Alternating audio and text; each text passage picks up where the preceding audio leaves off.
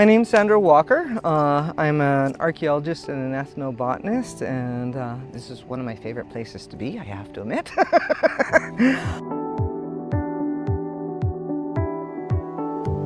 When we got the bison, I knew that they were that keystone creature that were going to help restore native prairie. A lot of grazers are good, but the bison are the absolute best at it. Native prairie is vanishing, and this little pocket just really helps that biodiversity. My biggest goal was to make sure that they got to eat a plant called Indian breadroot or wild turnip. What was growing on it is a tuber about the size of your fist to as thick as your thumb. What's good about it is it doesn't convert to sugar. So you can use it like a potato, you can eat it raw, or you can grind it into flour, make it into porridge and biscuits and those kind of things. It's a very important crop for the First Nations. You'd move your entire camp for that plant, right? Once the bison were sort of disappeared, so did a lot of the rest of the food sources.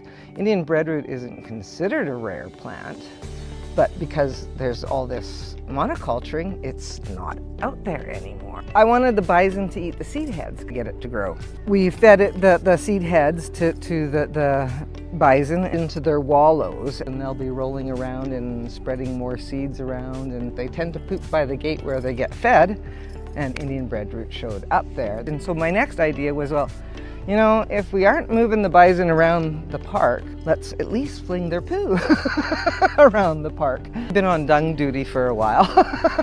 That will be my third pile.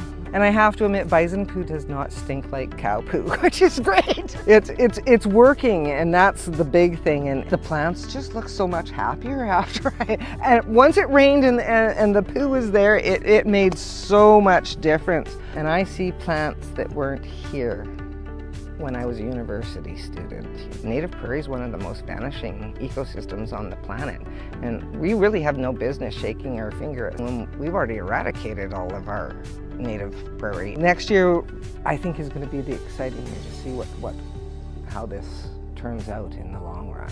There's a lot of work to still be done. We're doing controlled burns, which is also very helpful, and maybe this is just, you know, one of those added little bonuses that we can just take advantage of.